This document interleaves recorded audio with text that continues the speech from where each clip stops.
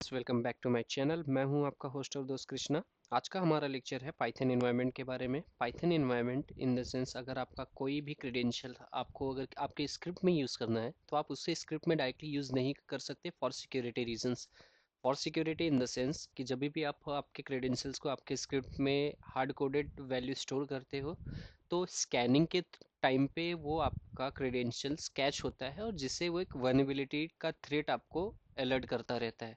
तो उससे बचने के लिए हम क्या करते हैं, पाइथन में एक .env फाइल का ऑप्शन है जिसके थ्रू हम डायरेक्टली .env के अंदर अपने क्रेडेंशियल्स को स्टोर कर सकते हैं। इवन अगर हमारे जो भी वेरिएबल्स जो कि बार बार यूज़ होने वाले हैं उसको हम सेंट्रलाइज कर सकते हैं।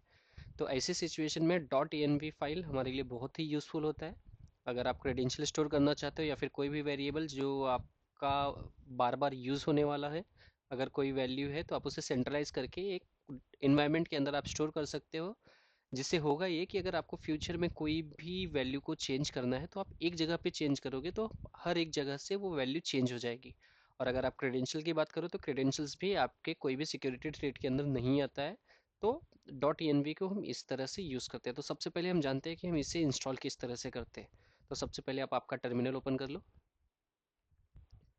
टर्मिनल पे आपको टाइप करना है पिप इंस्टॉल पाइथन हाइफन .env। क्योंकि मैंने ऑलरेडी इंस्टॉल किया हुआ था इसलिए मुझे यहाँ पे रिक्वायरमेंट ऑलरेडी सेटिस्फाइड करके आ रहा है। अभी आपको कुछ नहीं करना है, आपको जाना है आपके स्क्रिप्ट में। ये रहा हमारा स्क्रिप्ट। तो यहाँ पे आपको उसको इंपोर्ट कर लेना है from .env import load.env। load.env एक मेथड है जिसके थ्रू आप आपके एनवायरनमेंट फाइल को यहाँ पे लोड कर सकते हो।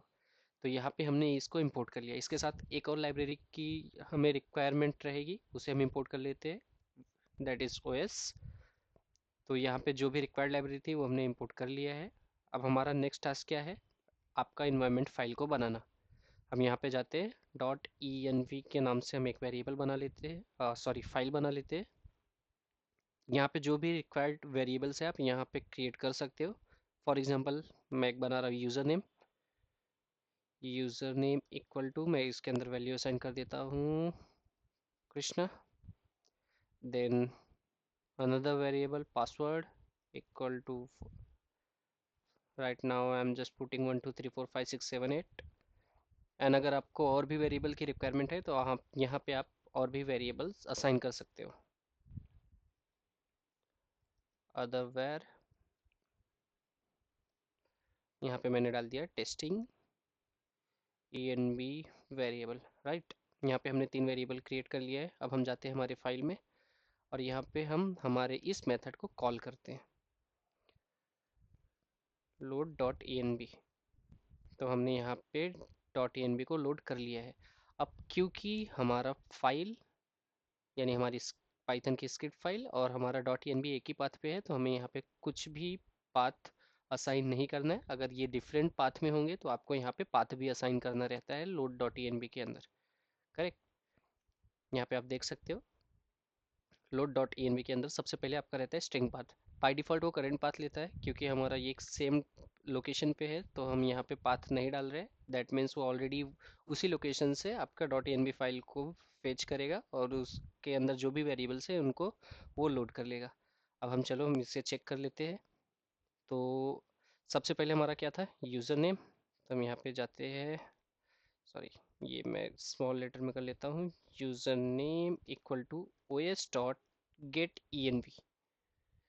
ये एक मेथड है। इस मेथड के अंदर आपको सिर्फ वो एनवायरनमेंट का वेरिएबल का नाम जो भी था, तो हम चेक कर लेते हैं यहाँ पे हमारे यूज़र नेम का वेरिएबल नेम क्या था, यूज़र नेम जो कि कैपिटल लेटर में है। मैं यहाँ पे सीधा यहाँ पे कॉपी पेस्ट कर देता हूँ।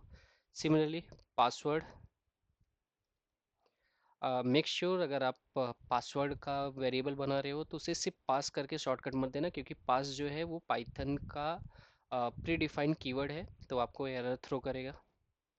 os डॉट गेट env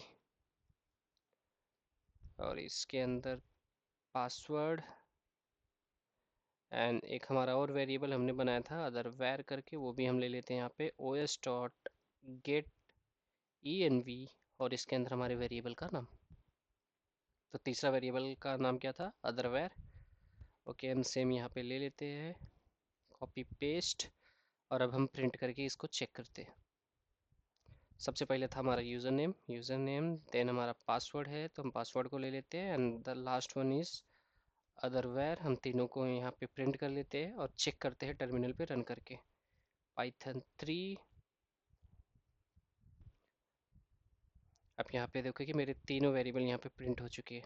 यहाँ पे वैल्यू असाइन कहाँ पे हुई थी, .env फाइल के अंदर, और इसका वैल्यू हमने यहाँ पे स्टोर किया एक लोकल वेरिएबल क्रिएट करके, और इसके बाद हमने ये प्रिंट करके देखा तो ये सक्सेसफुली प्रिंट हो चुका है। दैट मीन्स जब भी आपको आपके क्रेडेंशियल्स को स्टोर करना है तो आप इस तरह से कर सकते हो। ये सेफ्टी रीज़न से बहुत ही ज़्यादा यूज़फुल है, और अगर आप किसी बड़े कंपनी में काम कर रहे हो तो वहाँ पे ये 100% यूज़ होता ही है।